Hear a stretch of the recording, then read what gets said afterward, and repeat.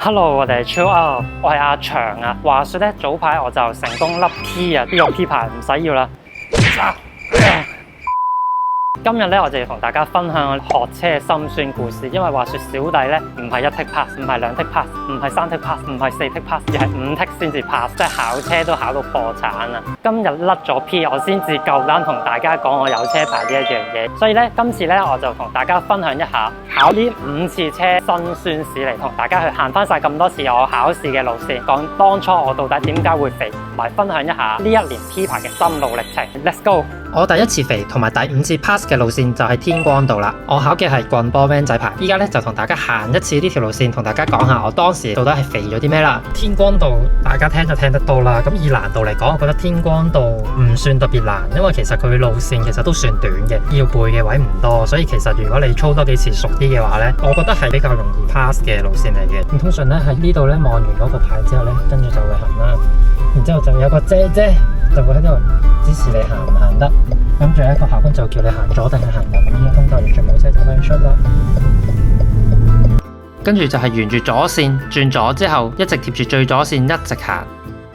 嚟到呢度，考官會叫你轉左或者直行，咁就會係行2條唔同嘅路線。我考嗰2次，佢都係叫我轉左。轉左呢條路平時係禁學嘅，只有夜晚同埋公眾假期學車先至可以入去練。而學車嗰陣時，個師傅就冇安排我夜晚同埋公眾假期行呢條路線去練。咁所以我第一次肥嘅位呢，其實係有啲戇鳩嘅。喺呢個位，個考官同我講轉右再轉左，但係呢，唔知係因為我太緊張，定係佢講得太細聲，淨係聽到佢講轉左。咁我嗰陣時就好混淆啦。明明我記得睇片嗰陣時，呢個位係轉右，而地下個箭嘴都係轉右，但係我又聽到個考官叫我轉左，咁點算好呢？跟住我就問個考官多一次，唔好意思，我聽唔清楚啊，可唔可以講多次轉左定轉右？但個考官呢就冇講嘢，唔理我。咁我嗰陣時就真係好慌張，因為第一次考唔知點做好，轉右定係轉左好呢？咁我嗰刻決定相信考官，佢叫我轉左我就轉咗啦。點知一轉左佢又踩停咗我啦，佢就話呢個位唔轉得咗嘅，咁我就肥咗我嘅第一次啦。事後諗翻起先至 get 到佢應該係叫我轉右再轉左，只係我自己太緊張，淨係聽到轉左，同埋點都好一定要跟翻道路標誌去行。而我覺得天光道最難嘅地方就係佢3條路線嘅分別都幾大下，好似完全係新嘅路線咁樣樣，咁所以係需要花多啲時間去背一背。跟住我肥咗第一次路線去補考嘅路線就係葵涌永孝街路線。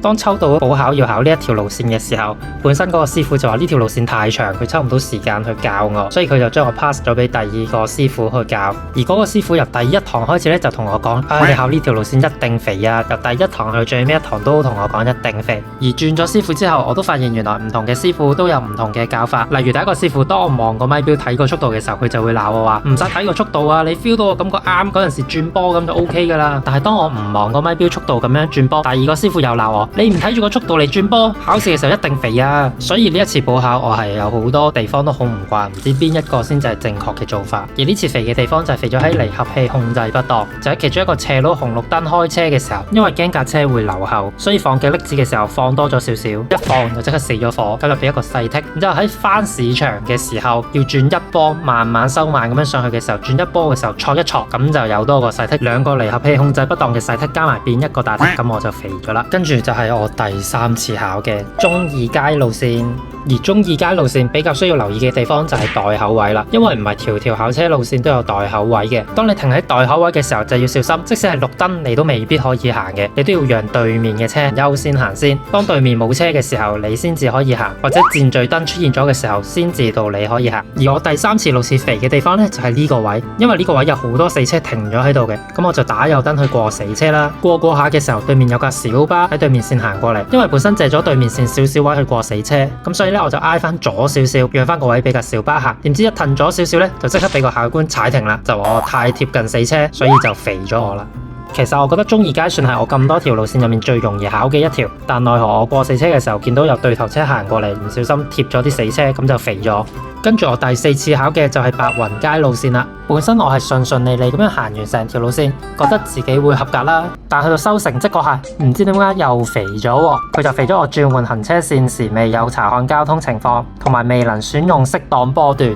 咁我就好奇怪啦，明明每次轉線我都有望嘅望盲點，而而波段嗰啲我都係跟足師傅講嘅咁樣去轉波，所以師傅就叫我打電話去問點解會有咁嘅成績。於是我就打咗去問，佢1個禮拜左右就打電話俾我，覆返話肥我係因為有幾個位我都冇望鏡就轉咗線，同埋有幾個位置我用2波行超過30公里嘅速度，所以就俾咗個大剔俾我。我好肯定每次轉線都有望鏡，但係考官話睇唔到我有望，咁我都無話可說。所以大家望鏡嘅時候一定要望得誇張啲，如果唔係佢話你冇望，你都吹佢唔脹。同埋小心2波落斜路嘅時候唔好行得太快。記得嗰陣時第4次考有信心合格，但最後成績都係肥咗嘅時候，成個人都好單，會覺得唉，到底其實我係咪以後都唔會考到車牌？咁好彩，我第5次考嘅時候係抽翻我第1次考嘅路線，就係天光道。由於條路線考過1次，所以信心都大增，亦都好順利喺天光道冇犯啲咩大錯，完成咗條路線，順利 pass 咗啦。回想翻起成個考車嘅流程，由報筆試開始計，我都搞咗差唔多2年先至可以考到呢一個車牌。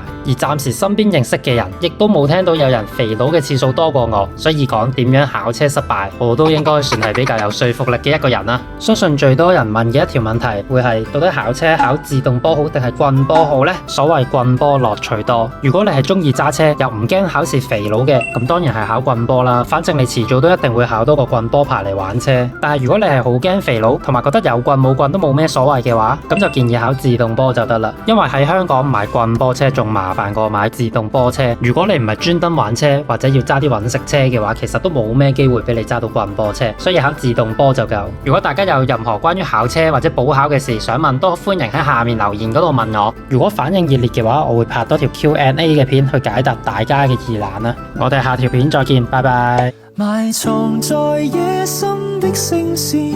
帶着一絲笑意，在你身邊藏了某些伏線，